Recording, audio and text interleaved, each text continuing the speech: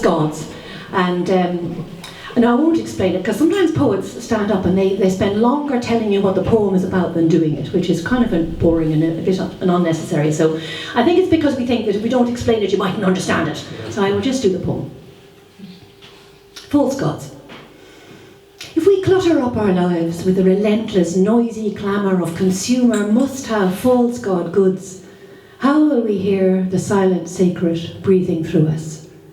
And if we clog up our skies with our polluted ways, tearing great holes in the skirts of heaven, how will our babies breathe?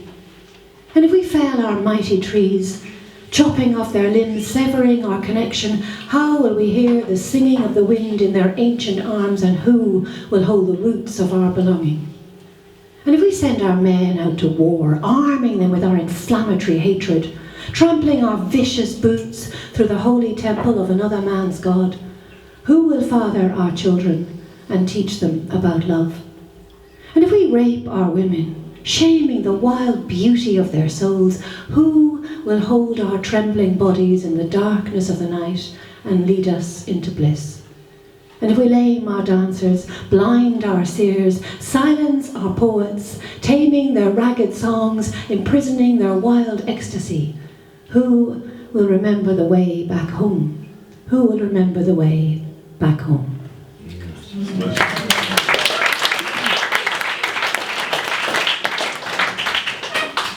You're a lovely audience. You could tell that before you even start. Everybody's chatting and it's all very friendly, because sometimes you go to everybody's there and it's dead silence and they're thinking, oh God, we're going to have to listen to some poetry. But you seem like a lovely audience. Are there any other poets in the audience?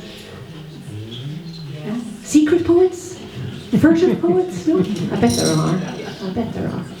So this is called Holy Dreaming, and it's really about that connection to the other world, or behind the veil, or to, you call it the unconscious. I mean, in Ireland it's kind of part of who we are, isn't it? The Ilalá threat, the kind of the divine, which is within everything, particularly within nature itself. So this is kind of what this is about.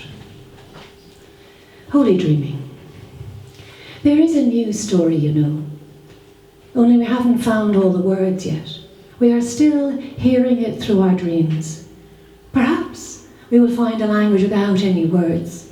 For they talk to me, you know, the trees, whispering their mossy secrets buried deep in the soft brown earth, telling me old tales, glistening webs spun on bare branches, shivering in the gloom of the twilight air.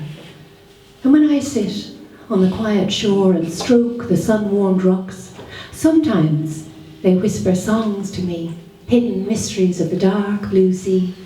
I watch the world unfold, I hear the lonely crying of the lost souls come keening down the winds, and I listen to the stories told by the gurgling of a brazen stream flowing wildly down the hill in a rhapsody of ecstasy. For I am a crazy woman, make no mistake about it. I trespass between the worlds, weaving an invisible cloak from your abandoned dreams, flirting with angels, slaying demons on my day off with my bare hands. I have abandoned my exhausted mind, relinquished the last clutches of its relentless reasoning, and I am an unreasonable woman, make no mistake about it.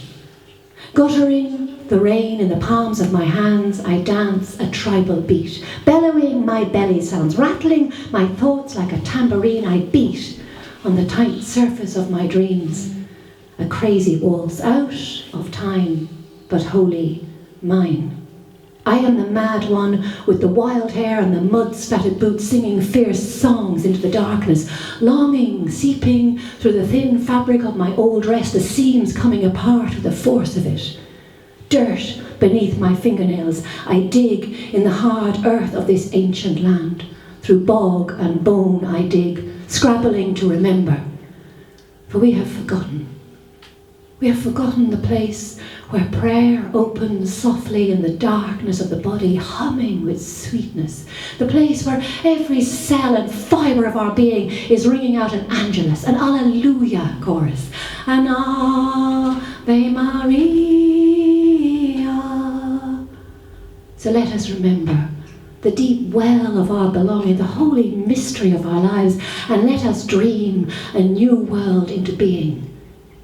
For there is another place, older than this one, where the body keeps a gentle harmony to the soul's steady beat, to the deep thrum, thrum, thrumming of the land, to the waltzing whooshing of the waves, to the rhythmic moaning of the tides. There is another place, not far from here, we used to call home. But all the old paths are being concreted over, the way forgotten, and words shape-shift beneath our feet, spelling another reality, and we don't know what to pray for anymore, let alone to whom. We must abandon the broken compasses, burn the man-made maps and head for home. Follow the knowing in your bones, the aching of your heart, the songline of your body. Then you will begin again to breathe in rhythm with the earth, moving beneath your feet, moaning in her ecstasy, a psalm written in the body of your soul. And you will remember the opening prayer of a child's birth moving through you like a dark river in a line ancient and unbroken, spanning the oceans of time. And we will know her here with us, dancing to the same beat on the same shore, dark currents pulling us home. Dark currents pulling us home. Thank you.